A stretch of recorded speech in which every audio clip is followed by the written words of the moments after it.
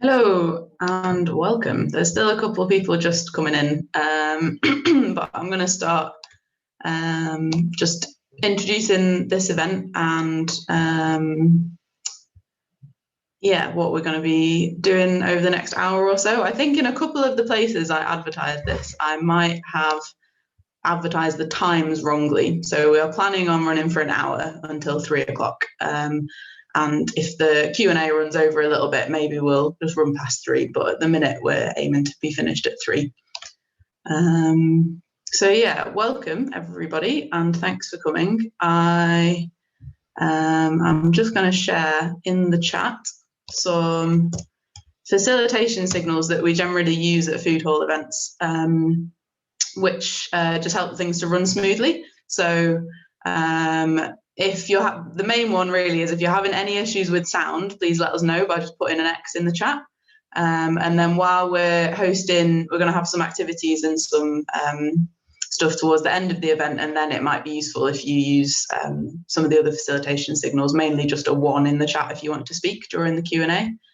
But for now, if everyone could please just keep their microphone off for the first part of this event where we've got some fantastic speakers. And then hopefully we won't get that horrible Zoom feedbacky sort of thing that happens sometimes. Yeah, so that's the sort of housekeeping stuff.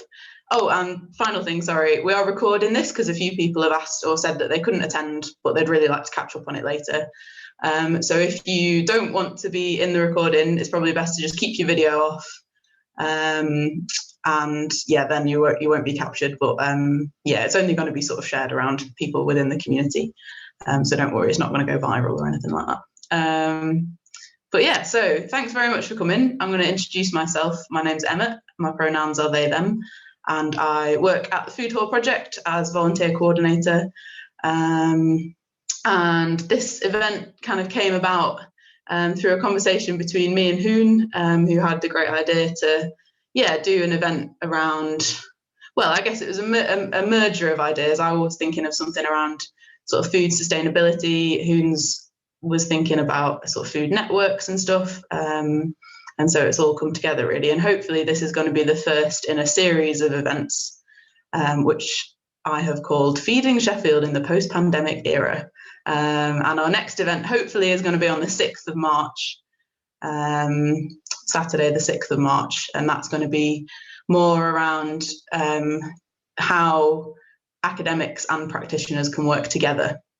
But today we're going to be sort of talking about the what growers bring to the food system. So the 3 speakers who you're going to hear from in a little bit all have experience of food growing, but in sort of different aspects and different ways that links into the wider food system. So yeah, I'm really excited to hear from them. But first of all, I'm just going to give a little introduction as to why this is important really. Like, why are we talking about feeding Sheffield, and especially relating to the sort of era that we're in at the minute with COVID and everything. And I think one of the main things is that this pandemic is not presented us with any new issues in a lot of ways. It's just exacerbated some existing issues, which also relate to those sort of wider issues of food justice, social isolation, social inequality, and climate change. And so that's the reason that we're here to sort of explore these interrelated issues. And yeah, this sort of era that we're going to move into, while it is very challenging, it also provides a lot of quite unprecedented opportunities, hopefully. And as yeah, that's the way that we want to be looking at it, at least. And yeah, we're sort of hoping that as the food system in Sheffield, we can design something that works for the people that it provides for, you know, and connect in those people. And so, yeah, to sort of really even further back, like, why does that matter? Why are these issues present? And I'm at the minute, I'm studying for a master's project. And so I've been doing a lot of research into the sort of food inequality in the city, food insecurity. And so here's just sort of some background information about our city. Yeah, so Sheffield is pretty typical of a northern post-industrial city. And our unemployment rates and the rates of people living in poverty are higher than the national average. And we also see that the city has been sort of hollowed out by out-of-town retail and manufacturing, leaving a city centre that is in a lot of ways quite bereft of things like community. And the population that does exist within the city is really segregated. It's very, very highly segregated. There's a lot of differences between people that live in the city, and this is highlighted by some stats like if you live in Ecclesall and Fulwood, your life expectancy is 9 years more than if you live in Woodhouse or Firth Park. So nearly 30% of residents in the city hold a degree, while 15% of residents have no qualifications whatsoever.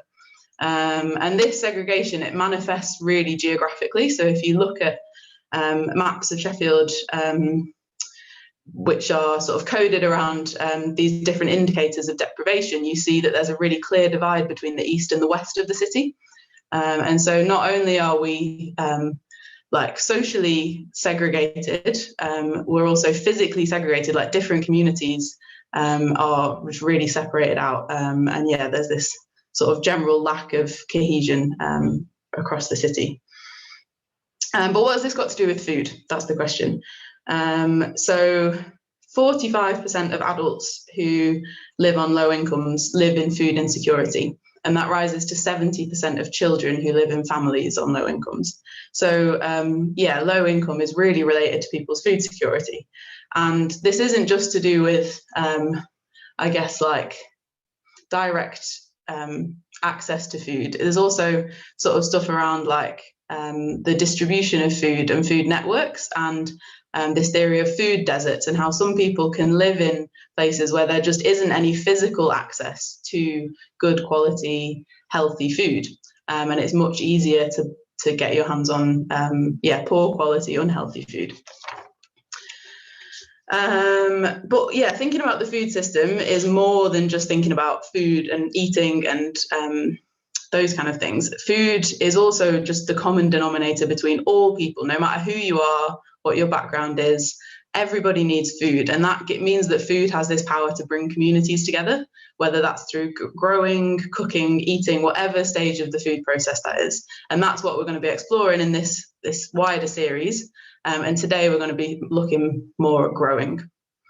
So yeah, right now I'm really excited to be joined by three fantastic people with a really exciting range of backgrounds, and I'm not going to introduce them because I definitely wouldn't do them justice, and I'm going to allow them to introduce themselves as we go. And then after we've heard from our speakers, we're going to do a short activity as a group together, followed by a chance for a bit of Q&A sort of discussion around what maybe we've taken away from this session, what we might want to take forwards and work on together. Yeah, so without further ado, really, I'm going to pass on to our first speaker, who is Hoon, who has been a fantastic volunteer at the Foodhall during the pandemic, but right now is going to speak to us about his experience of working as a grower in Cornwall, I believe. Over to you. Hello, thanks, Emma. Great, there's so many people, it's so good. I'm going to do a screen share. I'm not a natural speaker, so I thought I might help myself by just showing you lots of pretty pictures and talking over it. So hopefully you'll all be able to see. Let me just go about, let's see.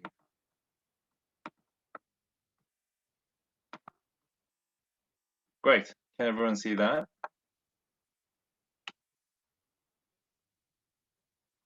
Okay. Yeah, great. So I would like to talk a bit about the ways that restaurants could play a role in improving our food systems. It might be good to just point out the obvious kind of fact that restaurants, cafes, any other kind of food service industries do already have a big impact on our food systems in the produce that they source and sell, their kind of internal work culture, as well as the external food cultures that they promote, and the relationships that they have kind of along the supply chain and with the wider community. So in many ways, they've also kind of got a great opportunity to promote good choices and kind of root for change in the industry and then from there on. So there are many ways that they can do this, but like Emmett said, today I'm going to focus on kind of the relationship between the veg grower and the restaurant. As a point at which I think there's perhaps the most resistance, and because of that also the most potential and the most work to be done from a restaurant's point of view. So I think we should try to reimagine that a little bit, and I would like to tell you a little bit about Newlina Eco Farm, which was just outside of Newquay, which is where I spent a year working as a chef, but also volunteering at this grower. So I'd been a chef for a few years, and after my initial training, I worked with Paul, which is this chap, for a couple of days a week, and then I ran a few pop-ups over the weekend. And I did that weekly for about a year before moving to Sheffield, during which time I did kind of most of my thinking about this kind of stuff. And we went on to do some really nice things. We fed a lot of people, lots of healthy, nutritious stuff, quite often picked 1 or 2 days before. We had a lot of conversations with people like, you know, oh, I didn't know you could eat bean leaves. And then I would tell them how to cook them at home. Then they'd go home and pick the bean leaves off their garden and cook them. And little things like that, really, which over time made me think that some of what we'd done could be reiterated or made bigger or just become kind of more common practice, and that'd be a wholly good thing. So one of the main things that came about from working with Paul each week at the actual site was just to see from a chef's point of view how much waste there was, not kind of at the end of the supply chain when things are, you know, damaged in transit or past the best by date or anything like that, but actually right at the beginning, parts of plants through their life cycle that weren't being harvested or eaten. Things like bean leaves, salad plants that had bolted, flower heads, thinnings, roots, and all that kind of stuff. I didn't know how to access these or even know that they were available as a chef when I was in the restaurant, but whilst I was working with Paul and I was actually there, I could access them because I could just pick them. So these garlic scapes that I've got on my arm here are a really good example of something that we don't eat, but we really should, and lots of people in the world do. They're super crunchy, real garlicky, sweet, really versatile. And actually, if you go to KH supermarket in the city centre, then you'll see that they sell garlic scapes, but you can't find them anywhere else. And then I always thought it was really lovely with things like this, to be able to kind of garnish and finish my plates with. And while we were doing this during that year, I really wanted it to be as accessible as possible. To me, it seemed like this was something that was free and universal, and I wanted everyone to have it. So it was particularly lovely to be able to kind of garnish like a 7-pound bowl of noodles for someone's lunch with some really pretty things that were just there for a couple of weeks. Another thing that I realized kind of over time as I got to know Paul was how much knowledge and wisdom there really is in a gardener or a grower who's devoted their life to what they do. And it does take their life in a good way. And how much joy and passion there was for cooking in the growing and vice versa. And the kind of just very natural symbiosis of the two kind of pursuits. So I always came away really enthused about cooking after working, and so did Paul. So these still seed heads, I feel like represent this kind of shared kind of giddiness So this dill plant was having a bad time for a number of reasons, maybe like competing too much, maybe the soil wasn't quite right, like an overcrowded patch. And one day when I was passing by, Paul asked if I had a moment, and he bolted into the polytunnel, and he came bouncing back, and he's quite a big guy, and he had in his kind of like rugged hands this tiny bouquet of this poor stressed dill plant that had given all of its final life to these seed heads. And they were just laden with all these little shiny globules of sugar. And it was so delicious. And Paul was quite sad because the bees had gotten them, most of it before he could show me, but I thought that was quite fair. And then these are some of the other products that we kind of harvested and cooked and sold. So broad bean leaves, also kind of bean leaves from just your average kind of French beans. Whole kind of lines of rocket or mustard salad plants that had bolted and flowered. All the flowers were like sweet and mustardy, so we would harvest the whole line, dry it, process it. Fresh sunflower seeds, and just lots of flowers all the time. And then things like this as well. So like, you know, fruits that had gone over, this like yellow, thick-skinned courgette, cucumber that by this time was kind of more just like a melon. And then on the right is a cucumber melon, and in a way this kind of represented a different kind of waste, or a waste product that had a different effect on the grower. So I'd like to talk about that a bit. This was a crop that Paul got really excited about. He'd read or seen somewhere that cucumber melons maybe would be like the next big thing, and so he got really excited, devoted half a line to it. And you know, there's always such a huge breadth of work in growing something, from from deciding to do it in the first place, considering the line, the soil, its history, if it'll be good for the crop, propagating, just all the constant care, but also importantly all the excitement leading up to it. And then when they came to harvest, they just didn't sell for one reason or another. No one really wanted them. So I bought as many of them as I could, not out of charity, kind of out of sympathy, but more than that, I think out of necessity, because after all that excitement, for someone to not turn it into something that someone's going to eat, it was just really disappointing for Paul, who put his heart in it. And you know, I didn't want him to lose money on it, but more importantly, we all just need encouragement to try these kind of new and exciting things. And as a chef, I really needed Paul to be excited to grow more things. So I went to encourage that. We went to encourage each other, and in the end, I also managed to cook a lot of stuff with something that I wouldn't have otherwise. And ultimately, it meant that Paul would go on to grow lots of things for my pop-ups throughout that year. So this is perilla, or shiso, or gennip in Korean, some edamame, probably the only Cornish soybeans grown. And then this is chop suey, or edible chrysanthemum, which is when it's really young, before it gets even close to flowering, when the first shoots come up and it's not bitter yet. It's a really aromatic herb that we use a lot in Korea for kind of spicy broths. And then these are some of the things I did with them. So like a bean leaf kimchi, also just steamed bean leaves, so savory and really delicious.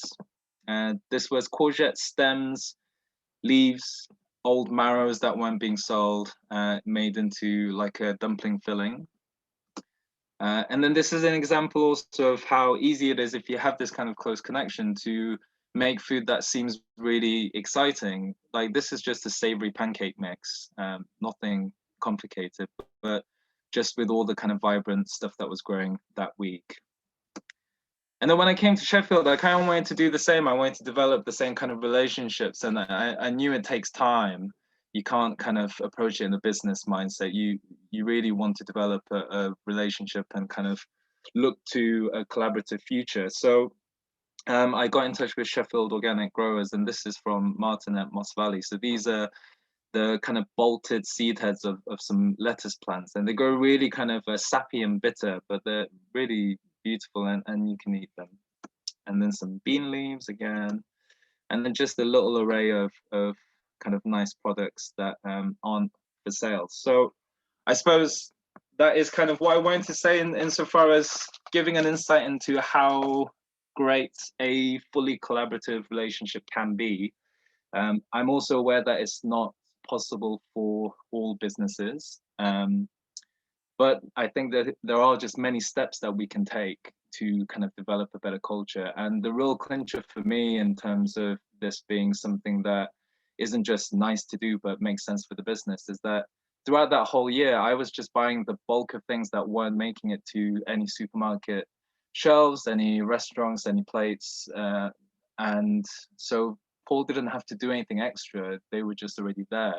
And I was able to buy more off him, and he was able to make more money, which means that the next year he can grow and develop and grow more nice things and get more staff, do more deliveries, all that kind of stuff. So yeah, so just a little anecdote to how we might have a brighter future with a more collaborative relationship between growers and restaurants.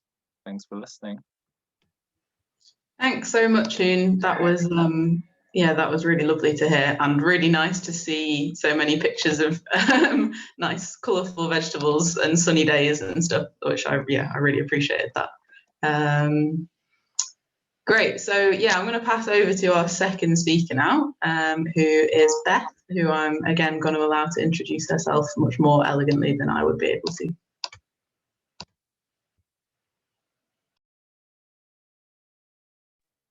Classic. I was on mute. I'm Beth. Thank you so much, Hoon. That was lovely, and yeah, making me really excited for summer flavours. Really excited to be talking on this. I'm going to be talking a bit about the role that food growing can have on mental health. So I am a volunteer at Greengrass, which is a project that's a horticulture therapy project, and it stands for Growing for Refugee and Asylum Seeker Support. It's a project that was set up about 3 years ago by the Refugee Council in Sheffield. And the aim of it is to provide meaningful activity in a supportive and safe environment to those with insecure immigration status, or people who have experienced or are still experiencing trauma due to or as a result of the hostile environment.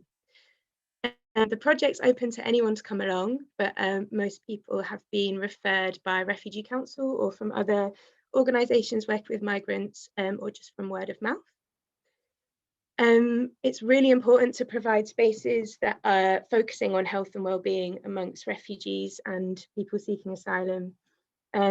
These individuals have often experienced extremely chaotic lives as a result of conflict, traumatic journeys, and difficulties that come with living in a totally new country and culture.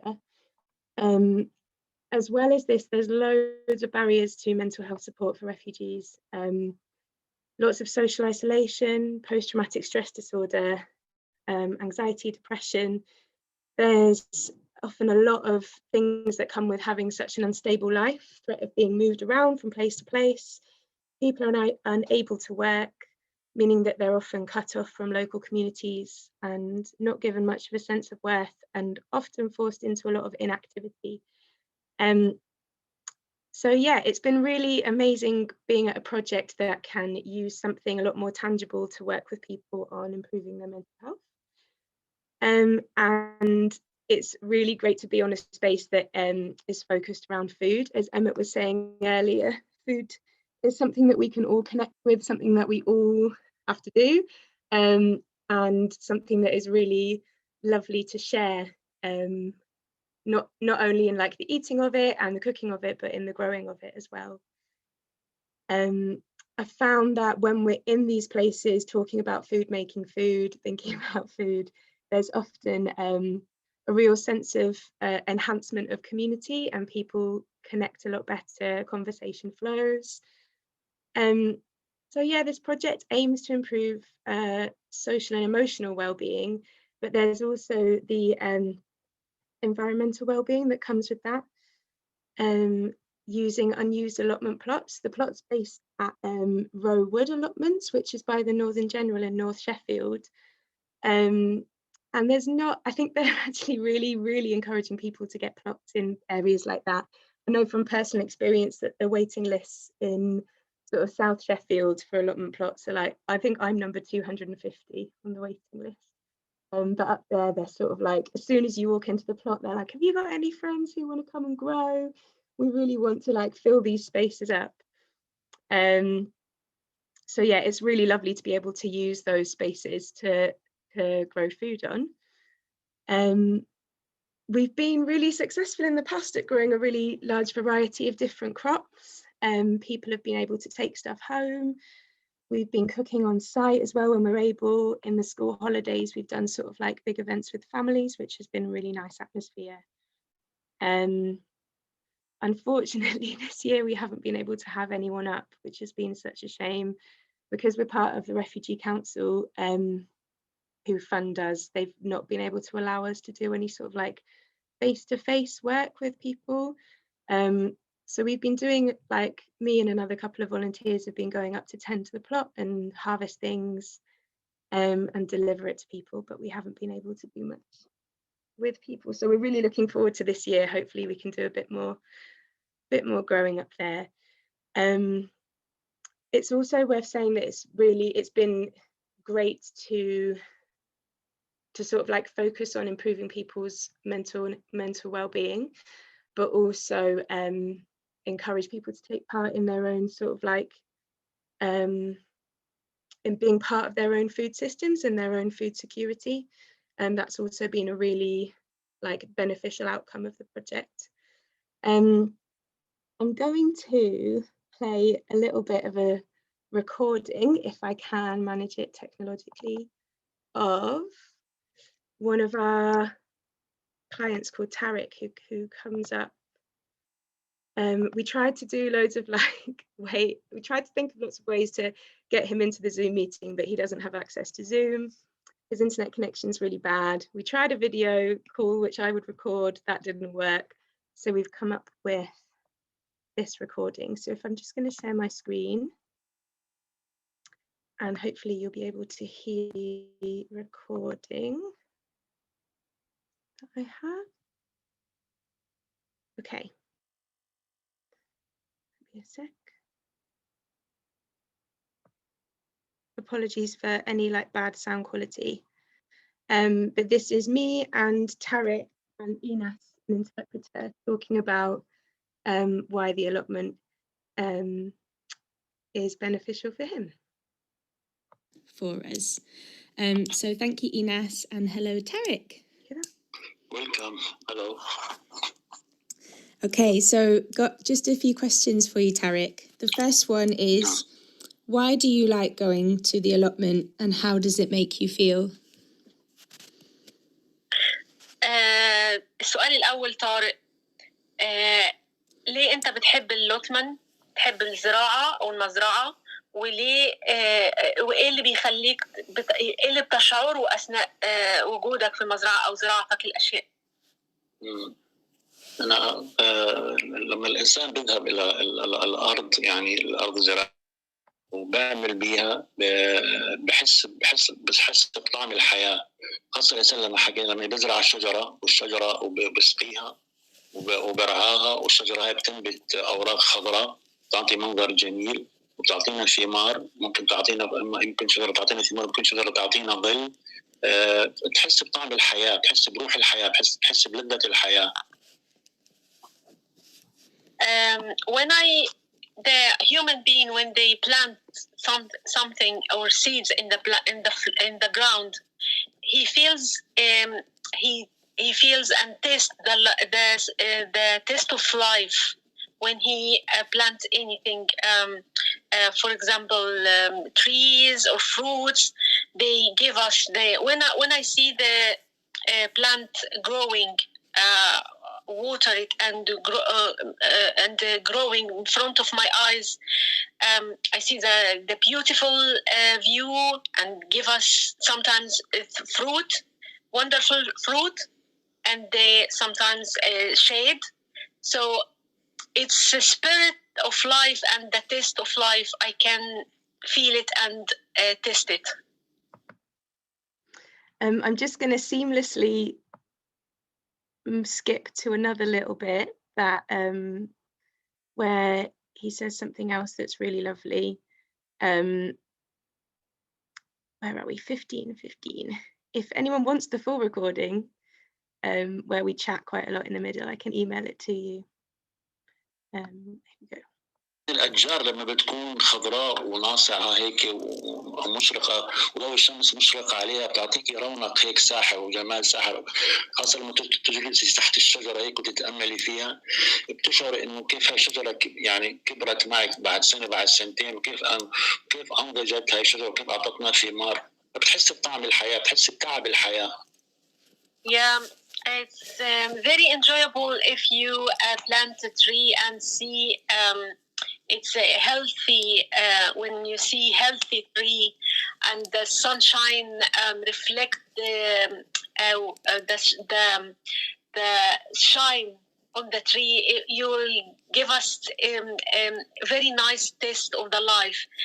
Also, when you see the tree growing and you remember it was a seed and starting growing and growing and growing, give us enjoyable taste. Okay. Sorry that he can't join us, but it's really nice to have his voice here, and he asked to say a big hello. So yeah, I'm really excited to see how sort of like the future of food growing and community food growing can focus more, or like new food projects can focus a lot on the well-being of the people that are in our communities. Thanks so much for listening, and I'll pass back to Emmett. Thanks so much, Beth. That was really, really beautiful. I feel like I'm quite emotional now, actually. And I just want to celebrate as well, like, those two speakers we've just had have talked about such completely different topics, but it's all the same. It's all the same. It all revolves around food and growing and relationships, and I think that's really lovely. So yeah, I'm going to pass over to our final speaker, who is Clem, and again, I will let her introduce herself as she starts to talk. Right, hello everyone.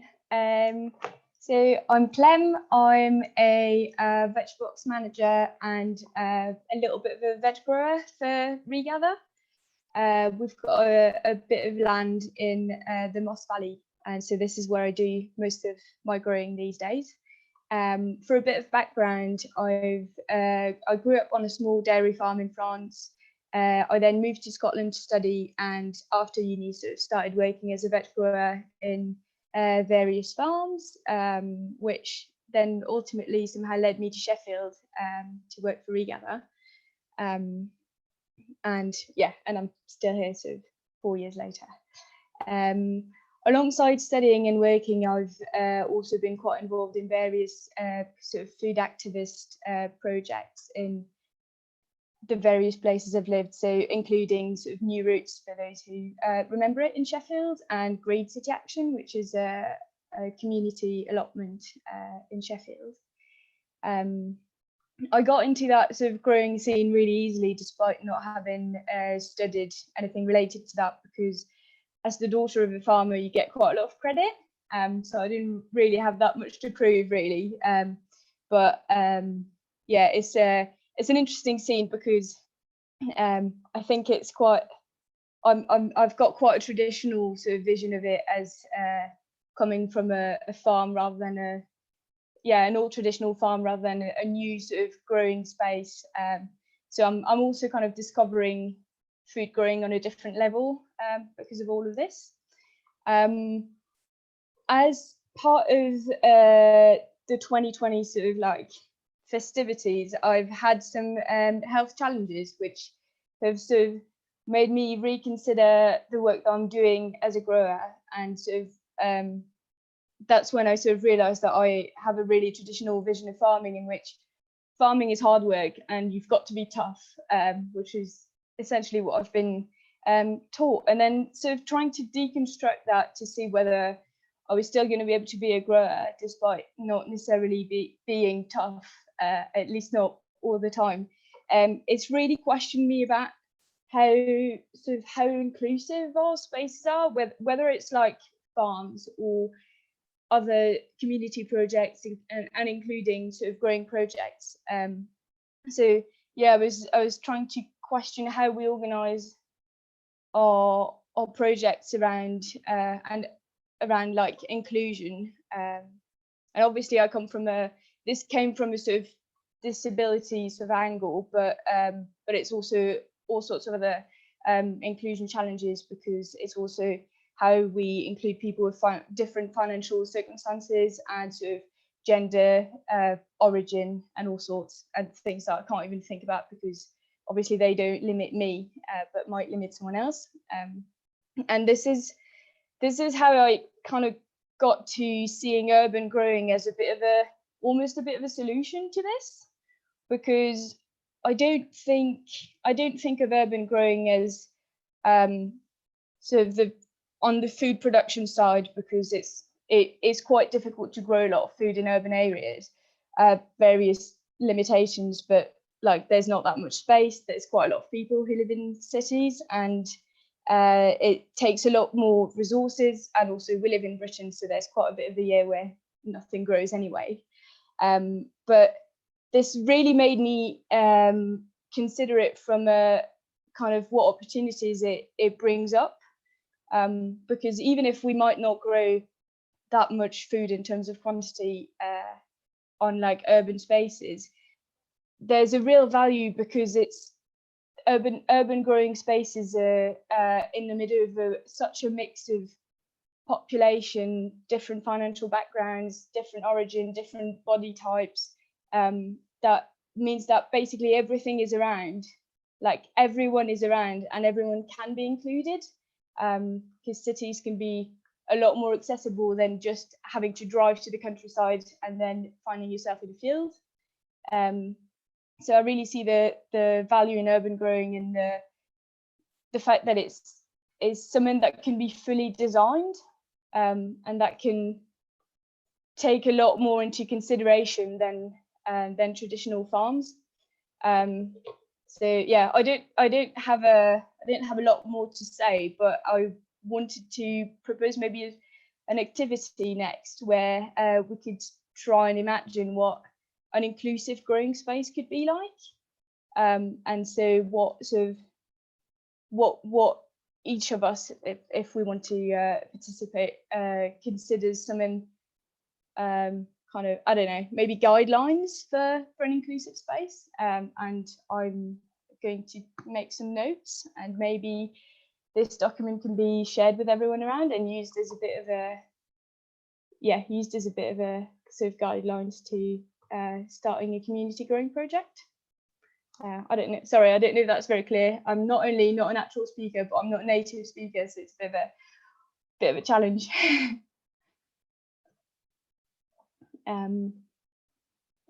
So yeah, if I start maybe on one of the things that I'd like to be part of an inclusive growing space is, I think it should be accessible to people with a lower kind of mobility ability. Sorry, I can't really speak anymore. But so something, well, really basically accessible to people in wheelchairs, but also with growing spaces that are high enough that they can be worked on and not just sort of walked around.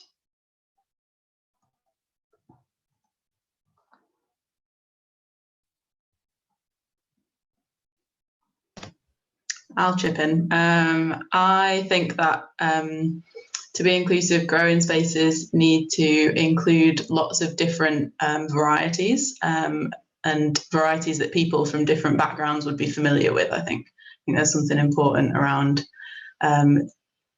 like being made to feel at home by seeing something that you're familiar with, and that I think challenges our traditional sort of allotment view in the UK. And yeah, if you'd like to speak, feel free to either just pipe up or put one in the chat, and then I can unmute you.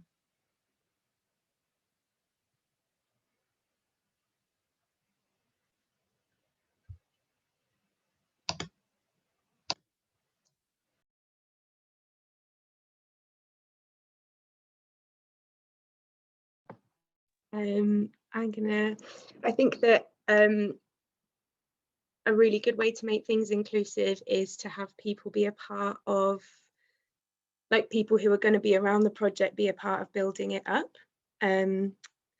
Sort of like market research to see what people would actually want from a space, whether it's just a growing space or a growing space with other things that could go on there. To have sort of input from people who live in that community, that then gives them sort of like ownership and protection over that space.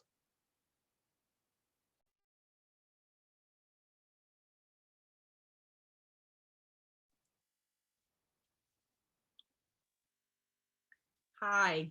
Yeah, I think one of the things that I'd like to say is that having worked with lots of different volunteers over the last year on a couple of different growing projects, I think it's really important to stress that it doesn't matter what the skill level is or the experience level of who arrives, it's open to all, because a lot of people assume that you need to know something before you can even join a project. So I think communications need to be very clear that it's for, you know, any and all in terms of your competency or even your perceived competence, because a lot of people turn out to know more than they realise.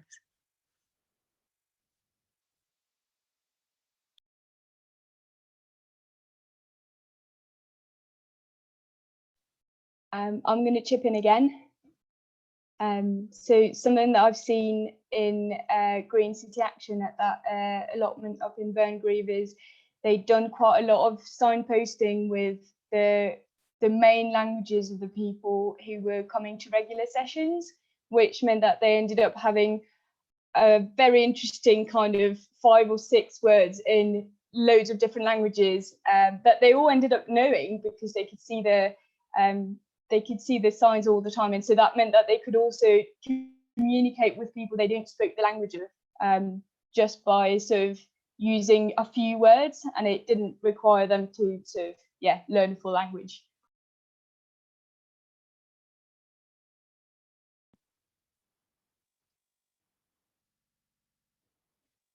I was just going to say I've got chronic fatigue syndrome, so like the idea of an inclusive growing space is like incredibly exciting. And but I think, yeah, in terms of that, I guess like flexibility and the more people that are involved the possible, because then that kind of makes room for people who have like fluctuating capacity to be involved and limited energy to be involved. So.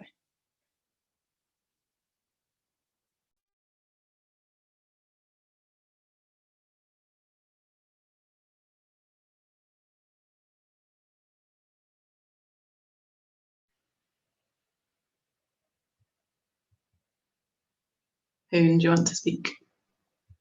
Yeah, well, I suppose Brian's just said a good thing in the chat about a comfortable indoor space for having a cup of tea, and having that community space alongside it, and especially from the kinds of things that Tarek was saying on Beth's recording.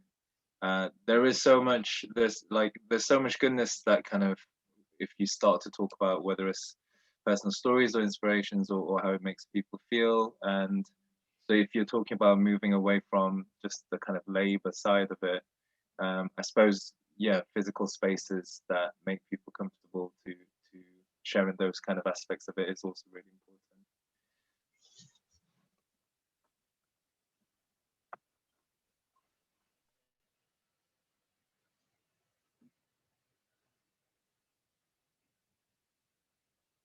Do you want to maybe read back what we've got so far, Clem, and see what this inclusive space looks like?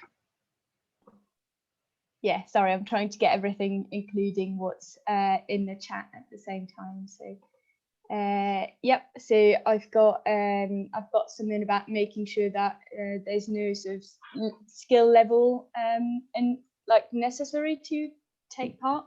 Something about having a really nice inclusive space outside of the sort of growing side of it to make people feel comfortable, being quite flexible so that people with different abilities and ability for involvement can still be part of it and fully part and not just sort of left on the side, having something that is accessible for wheelchairs and for different mobilities, having a space that includes loads of different varieties, so that people from different origins can also have the joys of sort of growing things they know, even if they're not things that are native to the UK, and designing the space with the people who are going to be part of it.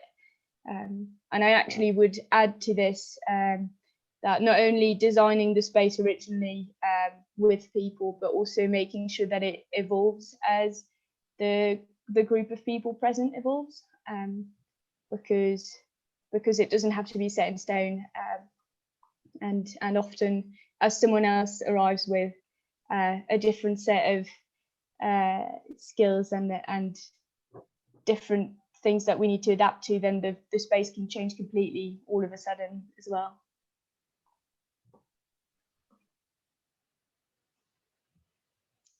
Hoon, would you like to speak again? Yes, really, that's probably a good place to neatly end it. But I just wanted to say, for me personally, when I was working with Paul and he grew some plants that were Korean, but he managed to get some seeds. And it was just really, really lovely to kind of, when you're so far away from a culture, or, you know, and to have that kind of connection, to be able to grow it. It was really great. So I think the thing about having an openness to growing different kinds of things that speak to people in different ways, because in a lot of ways our climate is what it is, but I think there's a lot of stuff we can grow, but maybe we just don't know to, and so I think that's definitely something that would be inclusive. Thanks. And Fran, you wanted to speak. Yeah, I just wanted to say something on the subject of, you know, presuming that some people who are going to be coming to these projects have mental health needs, possibly a history of trauma. I think it's really important as people come onto site that they know that, one, they don't need to know everything about their origin, but certainly that there's a recognition that some people are very vulnerable, and that there maybe should be some kind of policy stated about that at the beginning, so that if people know that they've got an issue with somebody else in the group, that they've got a named person to go to, so they can, you know, feel, because otherwise they might not come back, is my point.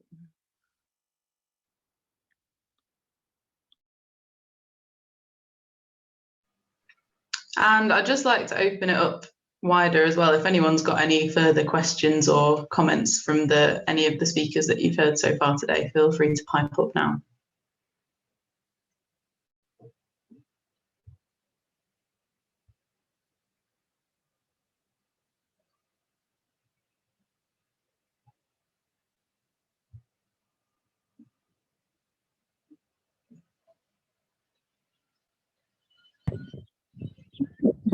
Can I say something?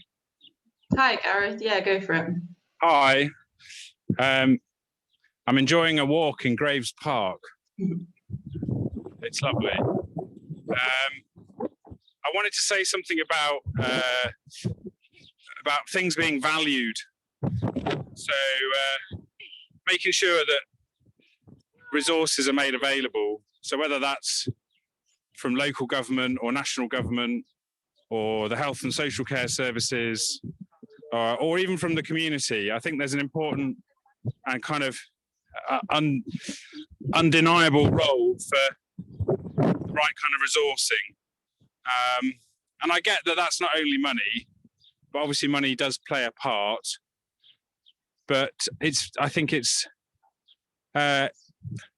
important to recognise the extent to which things can happen naturally without resourcing, but then what an additional layer of resource can then do on top of that, and then work out ways of accessing that. So that could be, you know, social prescribing, it could be commissioning from a local health or social care service commissioner. It could even be, you know, the welfare system recognising the worth of community food growing and the kind of sort of health and social and welfare benefits that these activities offer in abundance. And so it's then, I suppose, about a value system. So I think it's important to value these things, And what we need is a system that values values. If that's not too sort of, circular. Anyway, that's all I'd like to say right now. I'm back to my walk. Thank you. Thanks very much, Gareth. Yeah, that was some really good points. And yeah, it's I was going to say towards the end, but I'll say it now, that there's some really great stuff going on in Sheffield at the minute around food at the more sort of policy level. Yeah, we've got there's a food working group within the Green New Deal UK branch who are sort of doing some research around food growing. We're also hoping to include some stuff in, there's going to be a new Labour for a Green New Deal Sheffield group manifesto for the city that's going to include some points around food as well. And yeah, there's hopefully some work going on at that level that will take us forward and give us the ability to be able to work on these projects more easily.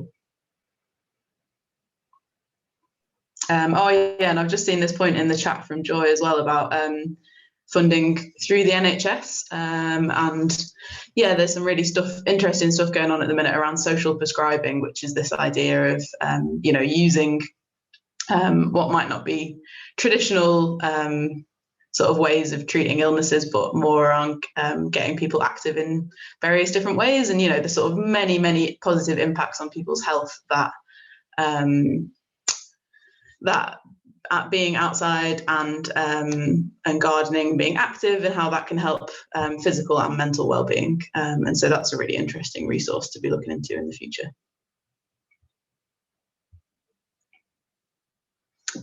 And I was also going to say there's been a lot of different things discussed during this and lots of different organisations mentioned.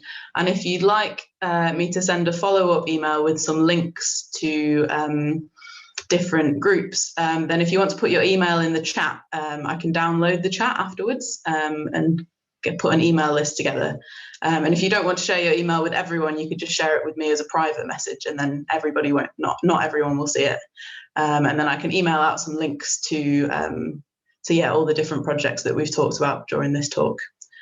So feel free to do that. Hoon, over to you. So it's kind of a question, but I suppose something I think quite a lot as someone who works in food, but in the commercial industry, is I always wonder, like, especially if you're talking about resources or talking about funding for good projects, and if, kind of passionate local growers are some of them. I just wondered if anyone had any thoughts on whether we can consider the kind of private food industries, the commercial food industries, as a potential resource, because I suppose from my point of view, that's kind of what I think would be great, but maybe, without thinking about it too much, the first impression that it's a kind of whole different thing. But I wondered if anyone had any thoughts about it. Don't worry if not, but I just wanted to put it out there.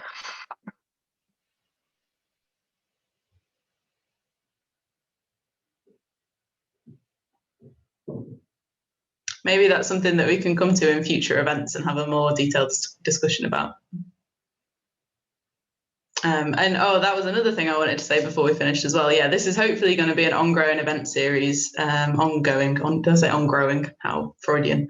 Yeah, and it'd be really great to, this is just sort of expanded out of a project that Foodhall have been working on anyway, just about hosting online events to build community.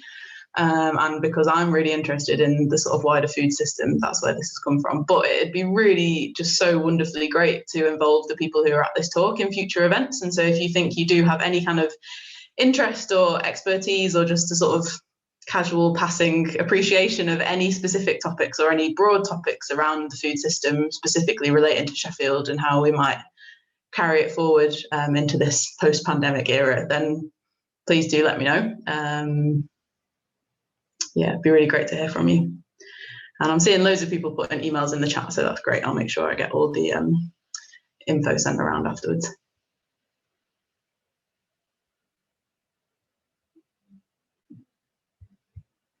And if we've not got any more specific questions, then I think we'll probably draw the event to a close. So I just wanted to say, if I've not said it already, a huge thank you to Hoon, Beth and Clem for giving up their Saturday afternoons to come along and talk about these really interesting topics, which, like I said, are just so different. Like all of the talks that we've heard today have been really different, but really interconnected. And it's just wonderful to hear from you all. And then also thank you to everyone who's attended and contributed in whatever way that is. It's been really lovely to hear from you. And I really encourage you to, just keep up with what we might be doing in the future via the Foodhall website or our social media or anything like that. And like I said at the beginning, we're hoping the next event is going to be on the 6th of March. Which is also a Saturday, it's in 2 weeks. And that event is going to be working with researchers from the unis in Sheffield around how we can integrate research into the food system, and how, sort of practitioners, whether that's growers or suppliers or whatever part people might play in the food system, how they can work with researchers, because there's so much amazing research going on in the city at the minute. And it'd be really great to use that. So great. Thank you very much, and have a lovely rest of your weekend. It's been great to hear from everyone. And I'm going to close the meeting. Thanks.